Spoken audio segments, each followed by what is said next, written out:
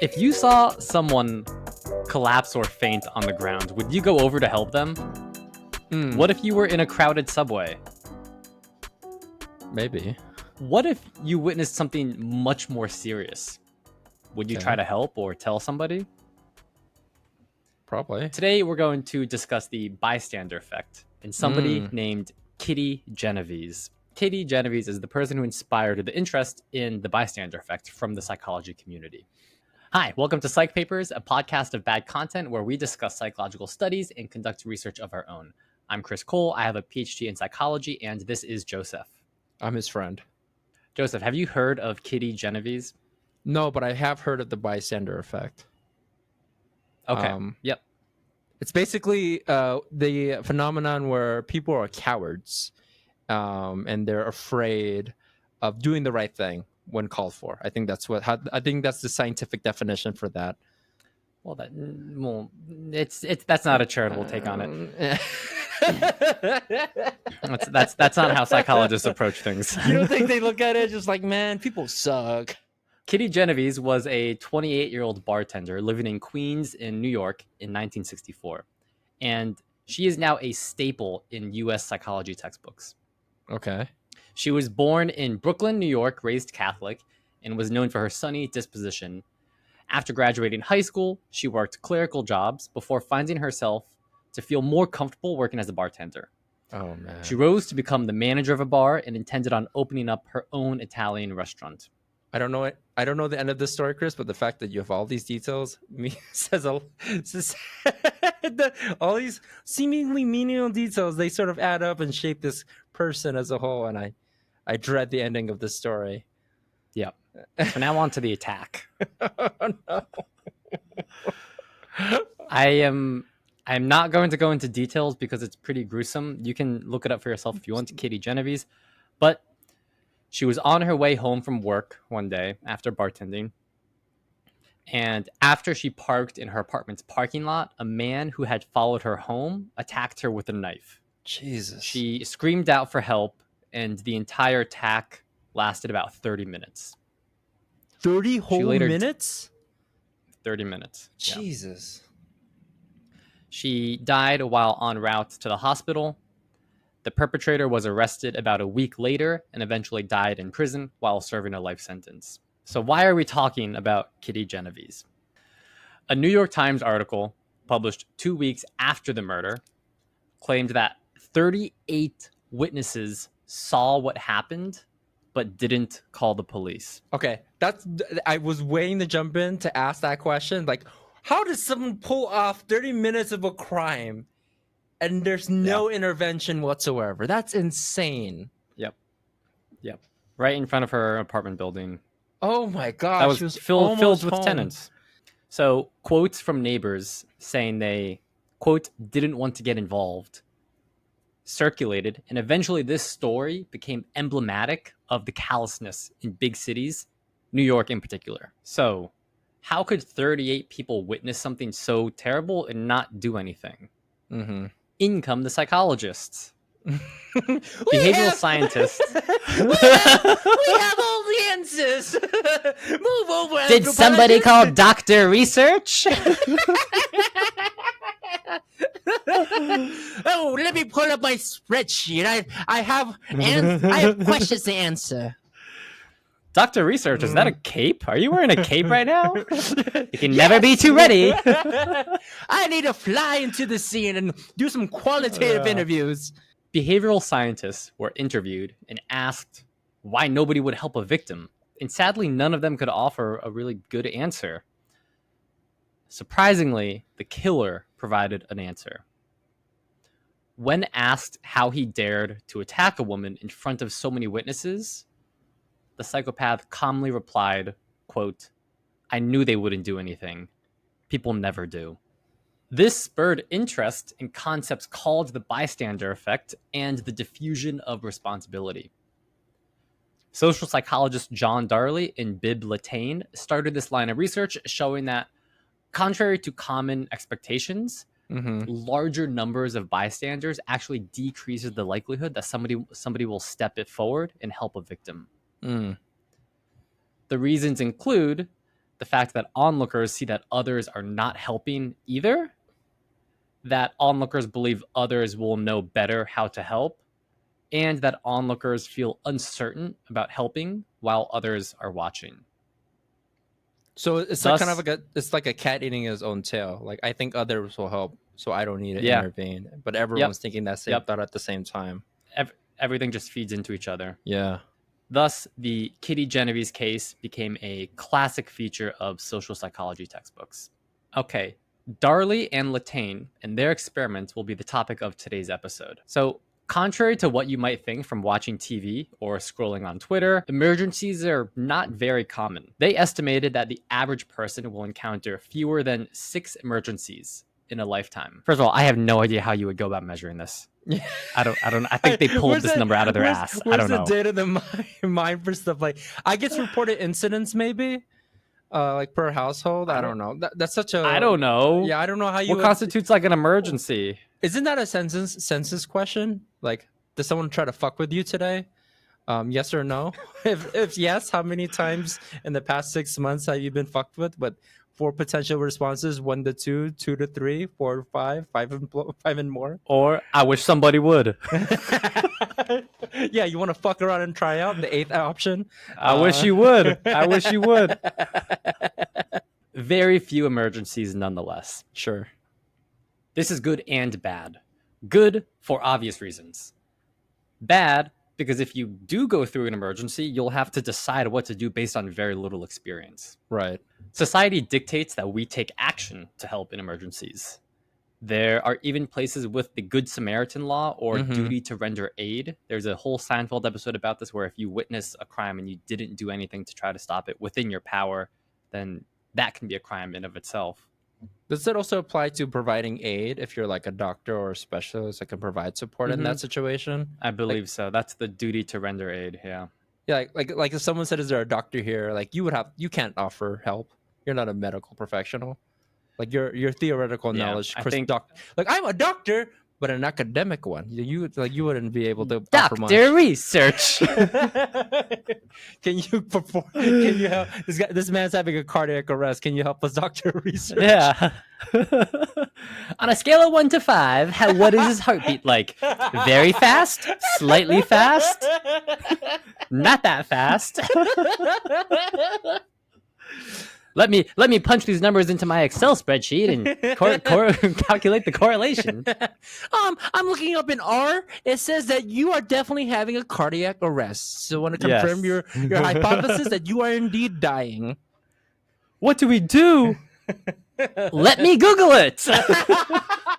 So this kind of gets at the concept of diffusion of responsibility. So as the number of bystanders in emergency increases, the greater is the belief that someone else will help, so I don't need to. Okay, so the stage has been set with Kitty Genovese as the backdrop. We now have the main player of diffusion of responsibility. So how do we study this? Yeah. The researchers had to reproduce an emergency situation in a laboratory setting.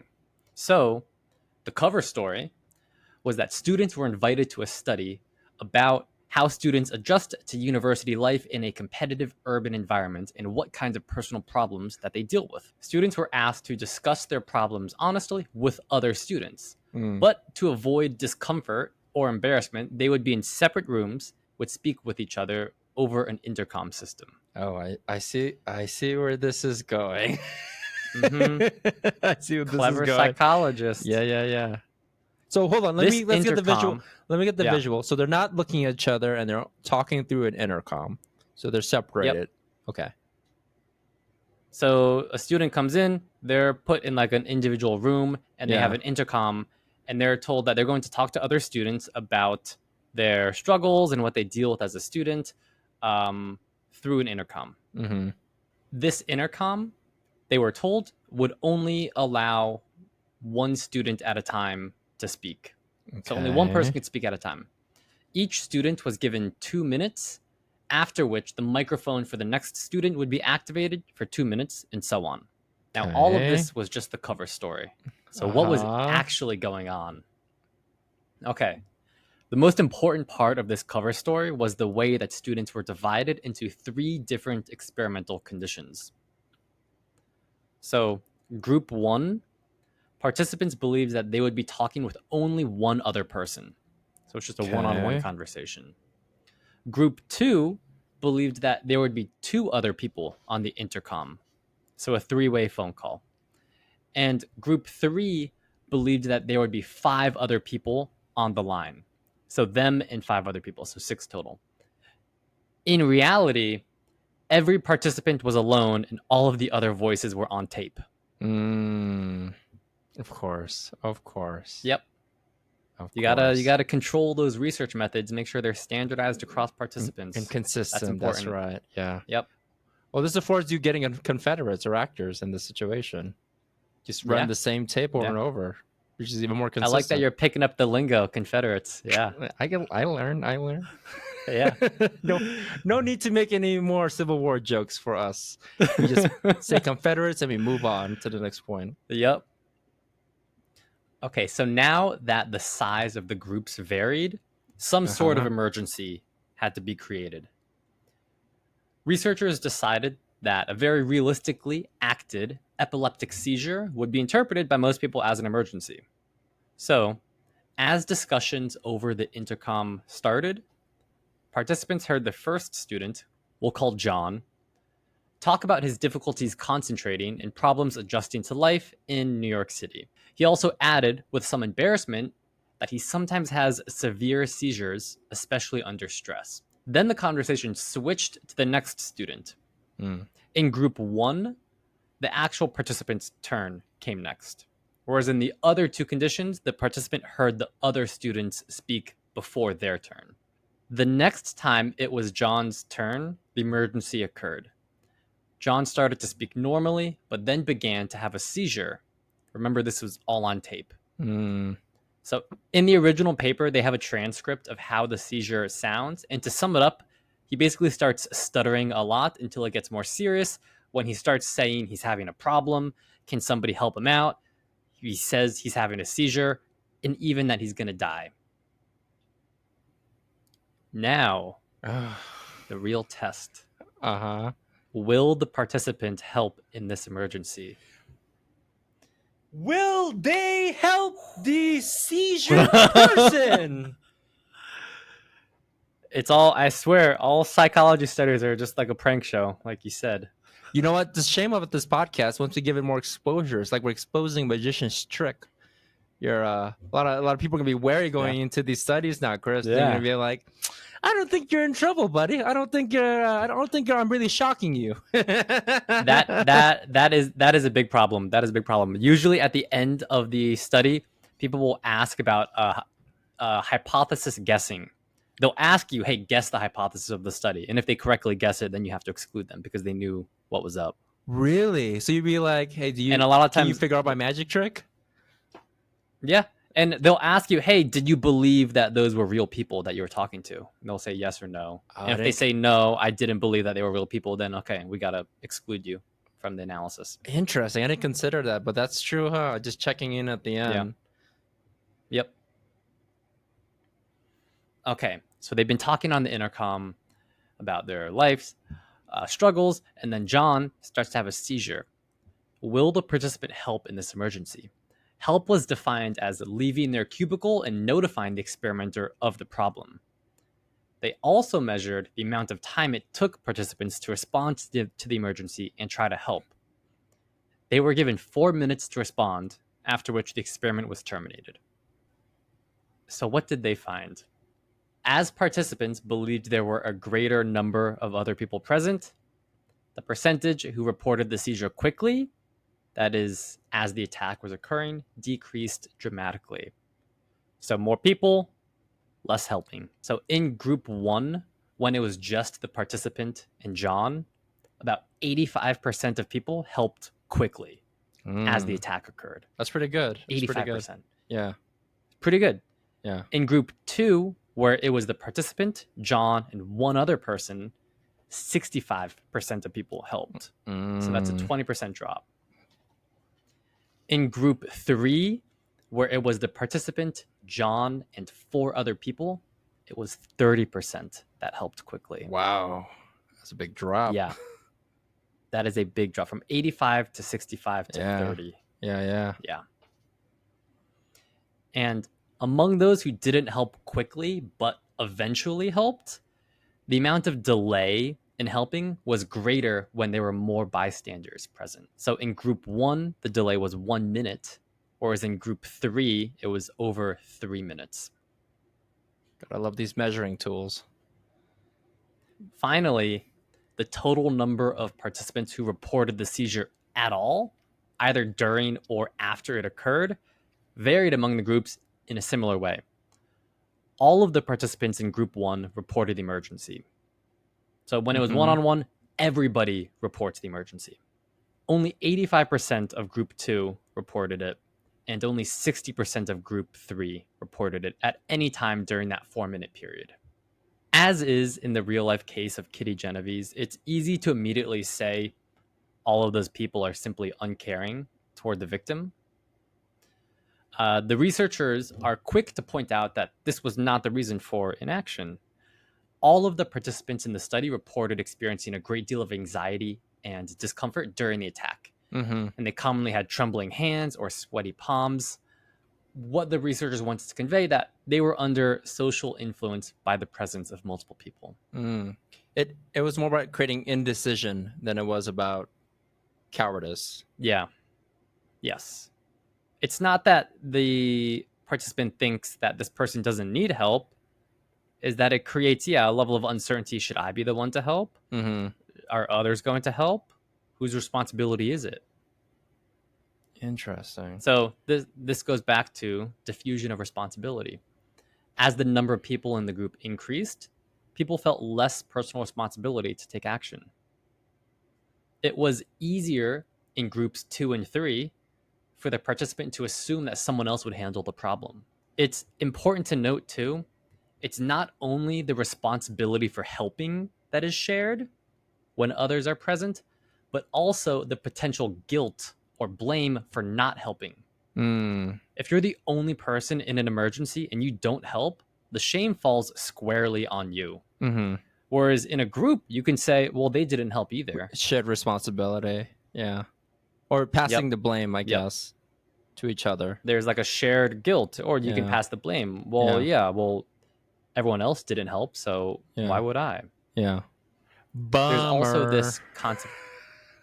Big bummer. Big bummer. Someone getting their life threatened and 6 or more people around, less likely to help, 30%. Bummer. Yeah. You think for this study though, when you think it feels really good though, when you have a hypothesis and like without even analyzing it as you're going through, you're like, oh man, this is proving they're like, right. They're like, I hope they don't help. I hope they don't report this seizure. There has to be that in the back of your mind, right? Because you want to a little bit. You want to prove your hypothesis correct, obviously. Yeah. Come on, don't help. Stay in the room. Yeah. They're looking it's not even that bad of a seizure. Come on. they're fucking waiting. They're looking. All the researchers looking at the timer. It's like 3, 2, 1. Yeah, he's in the room. Woo! It's like the NASA like space moon landing. Everyone's yeah. He didn't help the seized person. Hooray! Oh man! Here's your $20. Get out of here, kid. You just proved to us that you're just like everyone else. Yeah. Have a good day being a bystander. Woo-woo! And that's as the researchers put away their things, and that, folks, is what we like to call the bystander effects. Thank you very much. Another possible explanation for this type of social influence is something that psychologists have called evaluation apprehension. The researchers claim that part of the reason that we fail to help when others are present is that we're afraid of being embarrassed or ridiculed. Imagine how foolish you would feel if you sprang into action to help someone who actually didn't need or want your help. Well, yeah. I assume for me, like I would be anxious about that too. I would be afraid of messing it up. Does that fall into that Yeah. idea. Yeah, you don't want to mess it up, because then it's like, now am I fully responsible for this person? Do I gotta like sit in the ambulance with them and like make sure like they're okay? Am I their point of contact now? Like, yeah. it's a whole slew of questions. Plus, maybe they didn't need help, and maybe they got like offended by you trying to help them, and now you're like on this crowded subway and you look like an idiot. Oh, so it's the internal pressures plus the external pressures of the group involved. Oh, that's a lot going against you in that short period of time of someone like going through a tragic incident. Yeah. So we saw that people are less likely to help if they're speaking to other students over intercom and one person starts having a seizure. If there's more people around, less likely to help. But what about witnessing an emergency in person and not over an intercom? Are we gonna get a research remix? Darley and Latané tested this in a later study, and they had participants come in to a lab where they had to sit in a waiting room, and there was a door to the experimenter's room that would, the crack under the door, it would start pushing out like smoke. Okay. To represent that a fire was on the other side. Oh my god. Yep. So now, hold on. So someone was like, how can we create an incident that was also convincing, that also functions within our budget? Yep. Anyone got a smoke I got this machine? fog machine from a rave I used to host. Sick. All right, we got it. John's on the case. Dr. Research here. Thank you. Do you guys need lasers too? I got lasers. I got glow sticks. No, John, just the fog machine. Thank you. We're just gonna make a fake fire incident. I don't know how that comes. How you're gonna need that. So thank you. Okay. Let me know if you guys need an extra subwoofer. Smoke started coming out of the crack of the doorway, and participants would either be by themselves in the lab, in that waiting room, or there would be Confederates or paid actors in there, and the paid actors would always not react to it.